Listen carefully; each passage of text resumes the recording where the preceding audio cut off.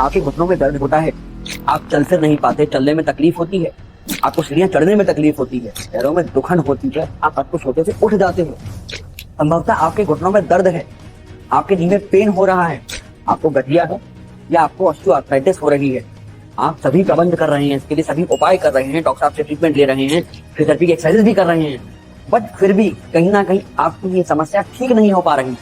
क्या कारण है इसके पीछे, क्या आप जानते हैं? नहीं ना, आप नहीं समझ पा रहे।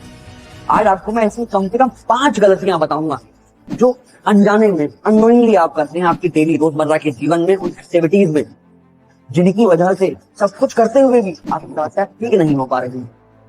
इसलिए इस वीडियो को अंत तक जरूर देखिएगा ताकि वो भ्रम, वो मिथ आपके मन से निकल जाए, वो समस्याएं दूर हो जाए और आप अपने घुटने की समस्या से निजात पा सकें। मैं हूं आपका फिजियोथेरेपिस्ट डॉक्टर अभिनव चतुर्वेदी, रूपरानी हेल्थ केयर आगरा से। शुरुआत करते हैं आज के सेशन की, परंतु उससे पहले हम ये जान लें कि हमारे घुटने की बनावट कैसी होती है। जब हम बात कर रहे हैं घुटने, देखिए कुछ इस प्रकार का दिखता है हमारा घुटना। ये है हमारी फीमर, थाई बोन जिसे कहते हैं। ये वो बोन है टिबिया जो हमारे पैर में होती है, और ये है वो हड्डी जो हमारे पैर की बोन के साइड में होती है, इसे बोलते हैं फिबुला। अब आप ये स्ट्रक्चर देख रहे हैं, ये हमारी क्वाड्रिसेप्स है। क्वाड्रिसेप्स आके पटेला में अटैच होती है, यहाँ से एक लिगामेंट बन के टिबिया ट्यूबरोसिटी पे यहाँ पे अटैच होता है। यहाँ पे जो छुटी सी जगह होती है ना, इसको बोलते हैं लिगामेंटम पटेली। अब देखिए, आप जो ये नीला नीला हिस्सा देख रहे हैं ना, ये होती है वो गद्दी जिसके घिसने की वजह से आपके घुटने में गैप कम हो जाता है। जैसे आप हमारे पास आते हो और बोलते हो डॉक्टर साहब गैप घुटने में बढ़ गया है, इसे बोलते हैं मेनिस्कस। जब आप खड़े होते हो तो यही गद्दी वो गैप मेंटेन करती है जो आप टिबिया और फिबुला के बीच में होता है। ये है वो कॉन्डाइल जिनमें कार्टिलेज होती है, देख पा रहे हैं? ये कार्टिलेज होती है जो आप स्मूथ स्ट्रक्चर देख रहे हैं, ये कार्टिलेज। ये वो स्मूथ स्ट्रक्चर देख रहे हैं आप जो यहाँ से आगे से शुरू होकर पूरा पीछे तक आ रहा है, पूरे कॉन्डाइल को कवर कर रहा है। जब घुटना मुड़ता है कुछ इस प्रकार से तो यही कार्टिलेज मूव करती है मेनिस्कस के ऊपर और आपको दर्द नहीं होता। हड्डी टकराएगी, जब ये डैमेज हो जाएगा तब हड्डी टकराने से दर्द होता है, मेनिस्कस घिस जाने से वो समस्या उत्पन्न होती है। ये है वो लिगामेंट जिसे बोलते हैं एमसीएल, मीडियल कोलैटरल लिगामेंट। ये है एलसीएल, लैटरल कोलैटरल लिगामेंट। आपको अगर पीछे से दिखाऊं तो कॉन्डाइल के बीच में आपको ये एसीएल और पीसीएल दिख रहे हैं। ये वो लिगामेंट हैं जो आपके घुटने को बाइंड करके रखते हैं, दोनों हड्डियों को बाइंड करके रखते हैं और आपके घुटने को आगे पीछे हड्डियों को भागने नहीं देते। ये तो हुई आपके घुटने की नॉर्मल एनाटॉमी। अब बात कर लेते हैं उन 5 मुख्य गलतियों के बारे में जो रोजमर्रा के जीवन में आप करते हैं। गलती नंबर 1, सडन ट्विस्टिंग। क्या होता है, अगर आप खड़े हैं या आप चल रहे हैं, अब आप जब चलते में रुके और आप सडनली ट्विस्ट हुए तो होता क्या है, पैर तो वहीं प्लांटेड है मगर आप घूम गए। अब देखिए, पैर प्लांटेड है और आप तुरंत से घूम गए, सभी कुछ घूम गया ना स्ट्रक्चर, ये ऐसे घूम गया। जब ये स्ट्रक्चर पूरा घूमेगा इस प्रकार से तो सारा जो मस्कुलेचर है वो ट्विस्ट हो रहा है, यहाँ डैमेज आएगा। फिर आप हमारे पास आते हो और कहते हो डॉक्टर कि घुटनों में गैप कम हो रहा है, गद्दी हमारी घिस गई है। इसीलिए ये गलती अवॉइड करने के लिए क्या करना चाहिए, आप क्या करेंगे, आप चल रहे हैं, आपको घूमना है, आप रुकिए, पंजे को उठाइए और धीमे से घूमिए। अब इससे कोई गलती नहीं होगी। या फिर आप पूरा पैर उठा के भी तो घूम सकते हैं, आराम से पैर को उठा के रखिए और घूम जाइए और चलने लगिए।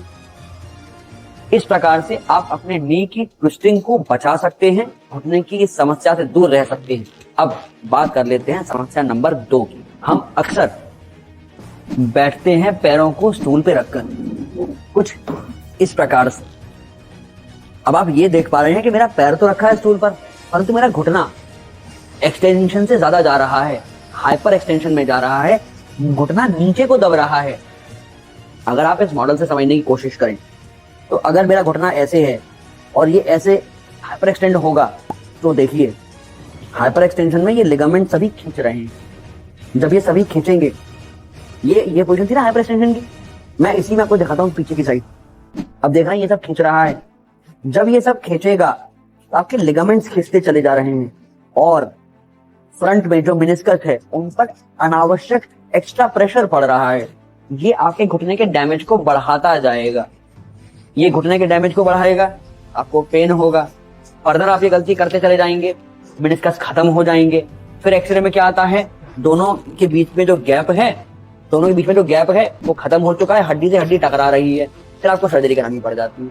आप इस समस्या के लिए एक्सरसाइज भी कर रहे हैं, परंतु फिर भी ये गलती करे जा रहे हैं, इतनी समस्या ठीक नहीं हो पा रही, क्योंकि ये गलती तो हो ही रही है ना, ये वजह है।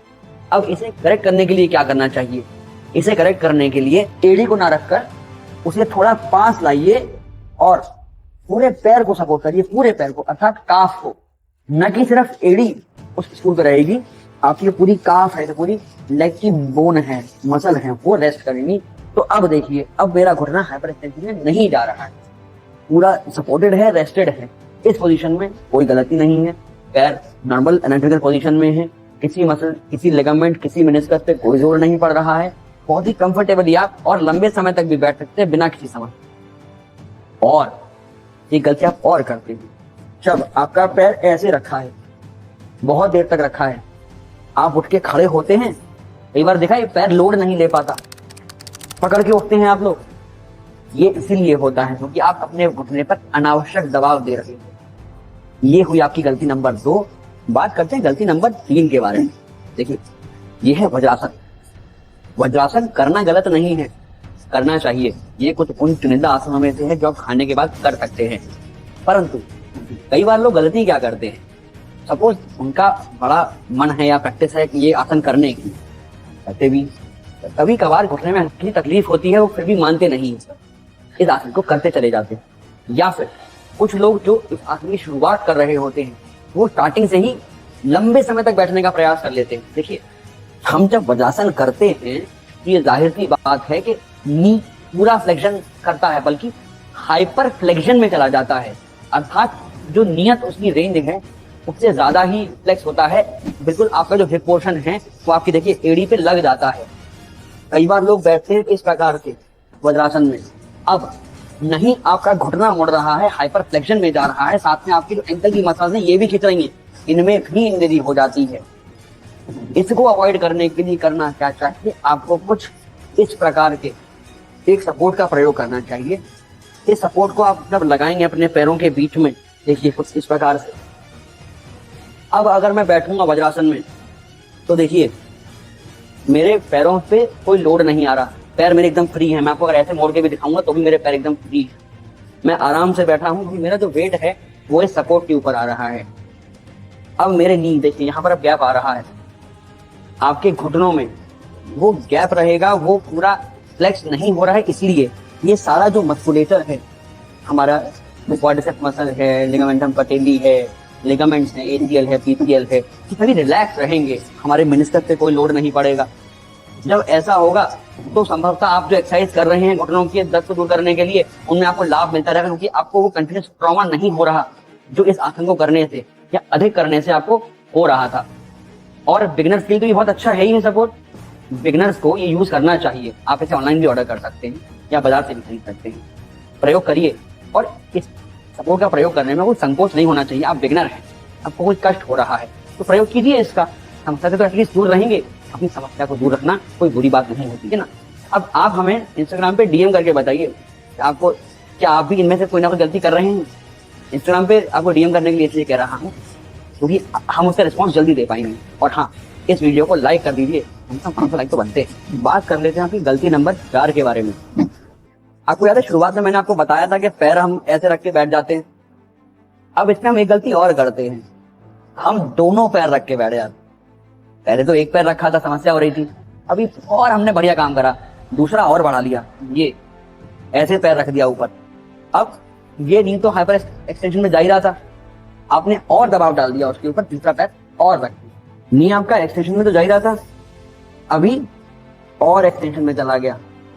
जब और एक्सटेंशन में जाएगा तो पीछे से स्ट्रक्चर खींचेंगे, लिगामेंट खींचेंगे, साथ ही आगे आपके मेनिस्कस पे एक्स्ट्रा प्रेशर पड़ेगा, कार्टिलेज पे एक्स्ट्रा प्रेशर पड़ेगा, कॉन्डाइल्स और घिसेंगे। जब इस तरह की समस्या बढ़ती चली जाएगी तो आपके नी की एक्सरसाइज करने का कोई फायदा नहीं होगा।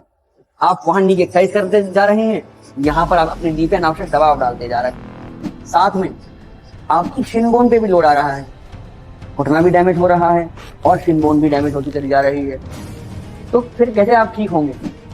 और इसका एक और वर्जन आपको बताते हैं। कई बार आप बैठते हैं पैर पे पैर रखकर, ऐसे भी तो बैठ जाते हैं, इसमें तो और ही लोड बढ़ जाएगा। जब आप ऐसे बैठे हुए थे तो फिर भी दबाव घुटने पे कम था, कुछ लोड आपकी शिन बोन पे ट्रांसफर हो रहा था, परंतु जब आप इस प्रकार से बैठ जाएंगे तो और आपके पैर पे, आपके घुटने पे दबाव बढ़ जाएगा, वो और नीचे को दबेगा, और नीचे को दबेगा तो और हाइपर एक्सटेंशन में जा रहा है। नीचे की जितनी मसल्स हैं, इंसर्शन आपका हैमस्ट्रिंग्स यहाँ पे जुड़ी हुई हैं, आपकी काफ मसल यहाँ पे जुड़ी हुई है, लिगामेंट्स हैं, ये और खींचेंगे तो इनमें इंजरी होने की समस्या और बढ़ जाएगी, चांसेस और बढ़ जाएंगे। एक्सरसाइज करी, यहाँ पे खींच दिया, जो ठीक हो रहा था वो तो हुआ नहीं, समस्या बढ़ा और ली। ये इनको अवॉइड करिए। इन्हें अवॉइड करने के लिए क्या करना चाहिए? इन्हें अवॉइड करने के लिए पहले तो आप ऐसे बैठे नहीं, अगर बैठना भी है तो इसको पास करिए, पूरा पैर अब देखिए सपोर्टेड रखा है, अब आप चाहें भले ही ऐसे बैठ जाइए। वैसे से बैठना नहीं चाहिए, क्योंकि अगर आप ऐसे बैठोगे तो यहाँ पे दबाव आएगा, रोटेशनल फोर्स आएगी, परंतु फिर भी बैठना है, इस प्रकार से आप बैठना। और ऐसे बैठेंगे आप तो होगा क्या, आपकी जो साइड की मसल्स हैं, अब देखिए मैं ऐसे बैठा हूं तो मैं लीन कर रहा हूं अपोजिट साइड में, जब मैं ऐसे अपोजिट साइड में लीन करूंगा तो मेरी स्पाइन में भी तो लोड आ रहा है, वहां भी तो बैलेंस बिगड़ रहा है। इससे नहीं सिर्फ घुटने का डैमेज होगा, आपकी नसें दब सकती हैं कमर की, आपको घुटने के साथ शर्टिका जैसी भी समस्या हो सकती है, झंझनाहट हो सकती है, तुतलापन हो सकता है कमर से पैर तक। इसलिए इस पोजीशन को एज अ होल अवॉइड करिए, ये नहीं करना है। बात कर लेते हैं गलती नंबर 5 के बारे में। कई बार लोग ऐसे बैठते हैं पालती मार के, चौकड़ी मार के। अगर आपके घुटनों में थोड़ी भी समस्या है तो मैं कहूंगा ऐसे ना बैठिए। कारण, आप जब पालती मार के बैठते हैं तो घुटनों को काफी हद तक अधिक मोड़ लेते हैं जितना नॉर्मल उनको मोड़ना चाहिए। जब ऐसा होगा तो घुटने की मांसपेशियां खींचेंगी, दबाव आएगा। दूसरा, आपके घुटने आपकी हिप रीजन से, पेल्विस से थोड़े ऊंचे रहेंगे, इस कारण आप पीछे झुक जाओगे, आपकी पीठ हल्की सी गोल हो जाएगी, तो घुटनों के साथ साथ आपकी पीठ में भी दबाव आ सकता है, वहां भी डिस्क प्रोलैप्स की समस्या हो सकती है, झंझनाहट सुंदरपन की समस्याएं हो सकती हैं। कई बार लोग लंबे समय में बैठ के उठते हैं तो पैर सो जाते हैं, पैर वेट नहीं ले पाते। ये क्यों होता है? क्योंकि हिप के पास से जो नसें जा रही होती हैं वो दब जाती हैं, इसलिए वो पैर सो जाता है। इसे ठीक करने के लिए आप क्या कर सकते हैं? इसे ठीक करने के लिए या तो आप एक बैक सपोर्ट लेके बैठ जाइए, तो आपको ये पीठ की समस्या नहीं होगी और घुटनों पे भी अनावश्यक दबाव नहीं पड़ेगा। या फिर आप कुछ तकिए लगा सकते हैं अपने घुटनों के नीचे, इस प्रकार से, बल्कि एड़ी के पास भी लगा रहा हूं। कारण, घुटने डैमेज होते हैं, साथ में एड़ी भी डैमेज होती है, उनमें भी दर्द होता है क्योंकि हड्डियां टकराती हैं। तो कुछ इस प्रकार से बैठिए। और अगर ये नहीं कर पा रहे हैं तो आप एक पिलो या गद्दी के थोड़ा सा ऊपर बैठ सकते हैं, कुछ इस प्रकार से। अब देखिए, जब मैं ऐसे बैठा हूं तो मेरे घुटने और पेल्विस लगभग एक सीध में ग्राउंड के पैरेलल समानांतर आ गए हैं। जब ऐसा होगा तो ऑटोमेटिकली आपको एहसास हो जाएगा कि आपकी पीठ से भी दबाव खत्म हो गया, आपकी बैक से, लोअर बैक से प्रेशर एलिमिनेट हो चुका है और आपके घुटनों पे भी कोई प्रेशर नहीं पड़ रहा है। तो कोशिश करिए, या तो चौकड़ी मारे नहीं, अगर चौकड़ी मार के बैठते हैं, आप पालती मार के बैठते हैं, तो कुछ इस प्रकार से बैठिए, कोई कुशन या कोई गद्दी का प्रयोग कर लीजिए। अगर आप इनमें से कोई गलती कर रहे हैं तो हमें कॉल करके भी आप अपनी समस्या के बारे में बता सकते हैं, उसका हल पा सकते हैं, या नीचे दिए गए नंबर पे हमें संपर्क कर सकते हैं। यहाँ तक तो बात होगी आपकी 5 गलतियों के बारे में जो आप डे टू डे लाइफ में करते हैं, पर ऐसा मुझे लगता है कि आपको मुझे एक गलती और बता देनी चाहिए, क्योंकि मैंने कई लोगों को ये गलती करते देखा है और बाद में वो समस्या में आते हैं, कष्ट में आते हैं और बाद में हमें संपर्क भी करते हैं। हम लोग सीढ़ियां चढ़ते हैं, आज सभी लोग सीढ़ियां चढ़ते हैं, परंतु सीढ़ियां चढ़ते हुए कई बार लोग गलती क्या करते हैं, सीढ़ियां स्किप करते हैं। इस प्रकार से नॉर्मल सीढ़ी चढ़ने का तरीका क्या होता है, आप यहाँ पैर रखोगे, यहाँ पैर रख के फिर आप ऐसे ऊपर चढ़ जाओगे, परंतु नहीं, लोग ऐसा नहीं करते, या कई यंगस्टर्स ऐसा नहीं करते। वो गलती क्या करते हैं, वो बड़ी सीढ़ियां स्किप करने का प्रयास करते हैं, वो यहाँ पैर रखेंगे और चढ़ के निकल जाएंगे। जब आप ऐसा करेंगे तो देखिए, मैंने अपने और पहले के वीडियोस में भी ये बताया है कि सीढ़ियां चढ़ते समय आपकी बॉडी के टोटल वेट का 4 to 6 टाइम्स वेट या लोड कहें आपके घुटने पर आता है। जब आप कोई भी सीढ़ी अवॉइड करेंगे तो वो जो लोड है 4 to 6 टाइम्स और बढ़ जाएगा। इसलिए ये गलती नहीं करनी चाहिए। आप प्रॉपर जो तरीका एक्सीडेंट करने का आराम से उन्हें चढ़िए। अब ये तो बात हो गई कि क्या नहीं करना चाहिए हमें डे टू डे लाइफ में, क्या करना चाहिए घुटने की समस्याओं में, वो जानने के लिए आप इस वीडियो को देख लीजिए।